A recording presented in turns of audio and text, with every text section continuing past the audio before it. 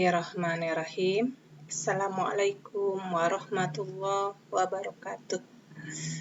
Apa kabar teman-teman semuanya?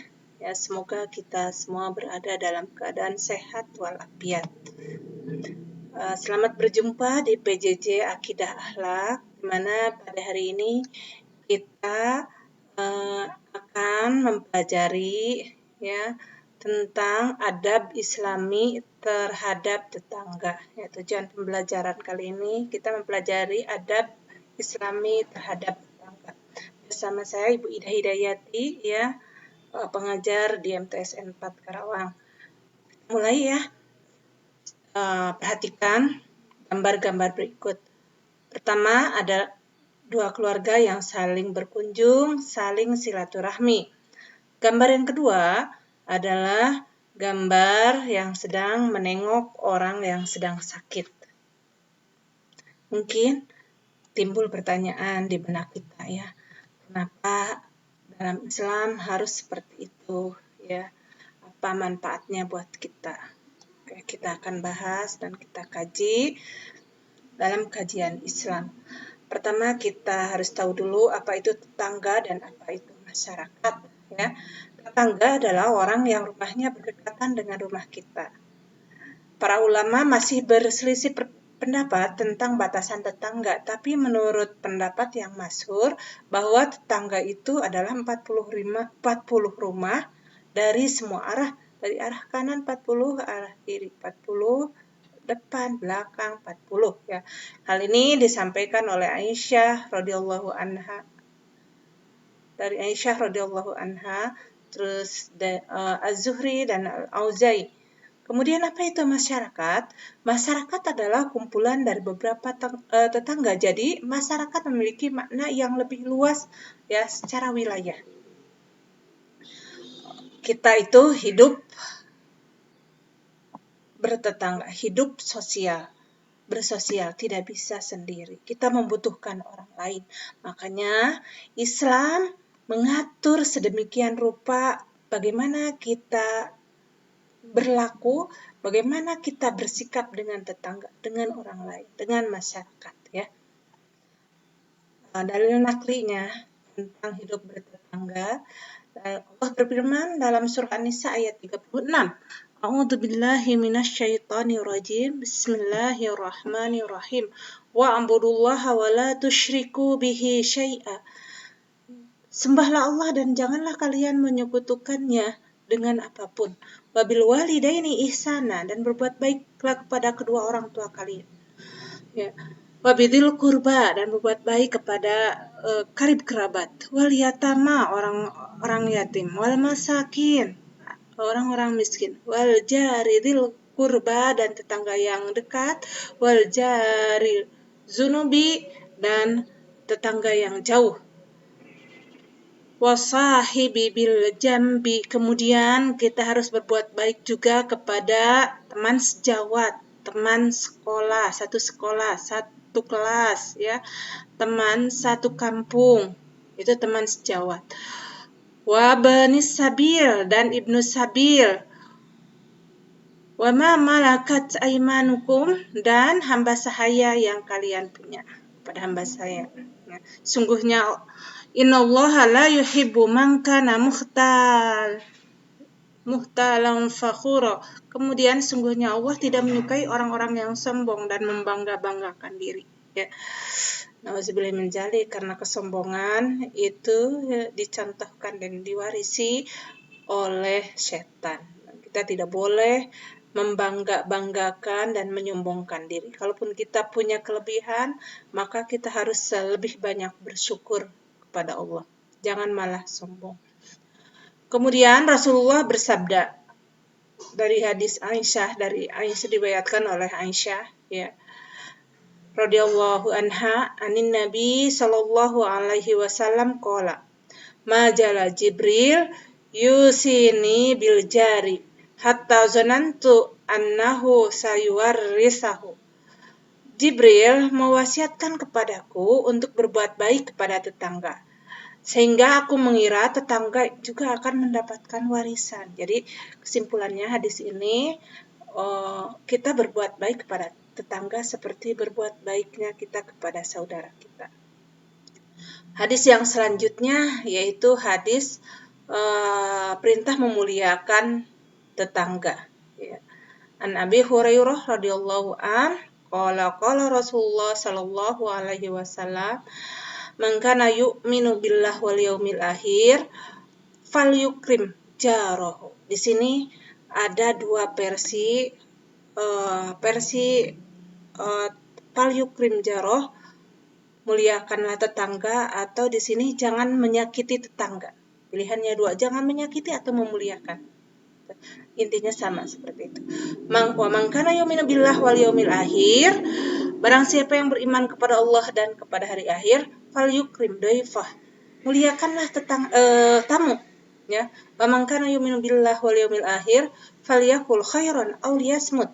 Barang siapa yang beriman kepada Allah dan hari akhir, maka falyakul, ya, berkatalah khairan dengan baik, atau aliasmut, mending diam kalau kita tidak bisa berkata baik, ya. Ini ya hadis Bukhari, Muslim dan Ibnu Majah. Sekarang hak asasi tetangga. Satu, hendaknya kita memberi salam kepada tetangga terlebih dahulu. Hak asasi itu hak yang harus dia dapatkan dari kita. Kita harus berikan, ya.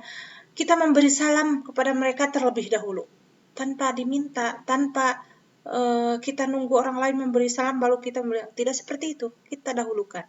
Yang kedua, hendak berbuat kebajikan kepada siapapun tanpa harus menunggu orang lain dulu berbuat kebajikan kepada kita, ya. Yang ketiga, hendaknya kita mengembalikan hak adami seperti membayar utang, mengembalikan barang, ya. Keempat, hendaknya kita mengunjungi jika ada yang sakit. Jika ada tetangga yang sakit, kunjungi. Yang kelima, hendaknya kita memberi ucapan selamat jika mereka gembira dan memberikan ucapan takziah jika mereka kesusahan. Jangan orang susah kita malah senang-senang, kita malah bikin pesta-pesta di balik kesusahan orang lain. Tidak seperti itu, ya. Orang lain susah, maka kita harus ikut merasakan, ya, mengucapkan takziah. Kalau bahagia, kita juga ikut senang, ya. Kalau tetangga bahagia, kita harus merasakan juga kesenangan yang mereka rasakan. Yang keenam, hendaknya kita menutupi segala kekurangannya semampu kita. Tetangga belum makan, kekurangan materi, kalau bisa kita pasok, kita kasih. Kalau misal kekurangan itu tidak hanya sekedar materi, kekurangan apapun banyak, ya. Seperti mereka itu melakukan kesalahan, memiliki aib, ya, yang memalukan, maka harus kita tutup, kita sembunyikan.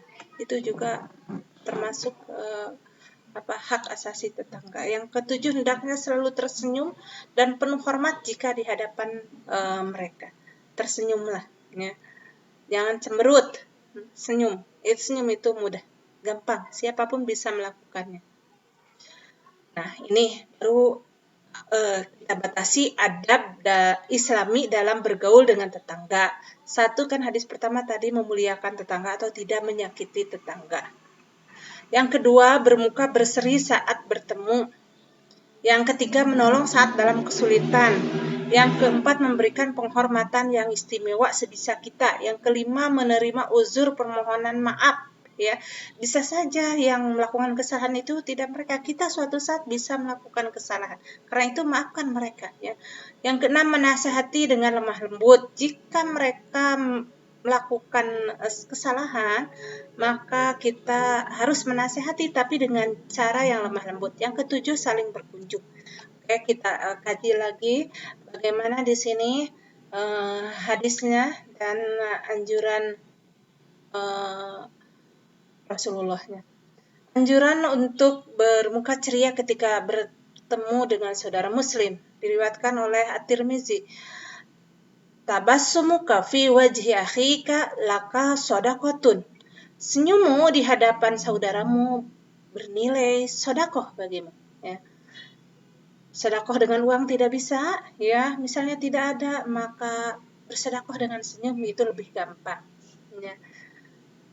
Muka cerah, ceria ketika bertemu dengan saudara-saudara kita, dengan teman-teman kita, dengan sahabat-sahabat kita. Selanjutnya anjuran menolong orang lain, ya. Al-muslimu akhul muslim. Muslim itu saudaranya yang muslim, ya. La yazlimuhu wa la yuslimuhu, jangan menzoliminya, ya. Dan tidak boleh membiarkannya diganggu orang lain. Wa man kana fi hajati akhi, barang siapa yang membantu kebutuhan saudaranya, maka Allah kana Allahu fi hajatihi. Allah akan membantu kebutuhan kita.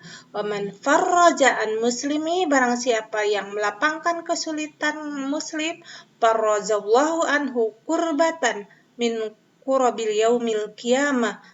Allah akan melapangkan kesulitan kita di yaumil qiyamah. Wa man syatara musliman satarahullahu yaumal qiyamah. Allah akan, barang siapa menutup aib kaum muslimin, Allah akan menutup aib kita di hari kiamat, di mana kalau hari kiamat itu tidak ada yang bisa menolong kita, ya, kecuali Allah, ya. Maka mudah-mudahan dengan kita berbuat baik kepada tetangga akan menjadi wasilah buat kita untuk mendapatkan pertolongan dari Allah di yaumil akhir. Kita lanjutkan.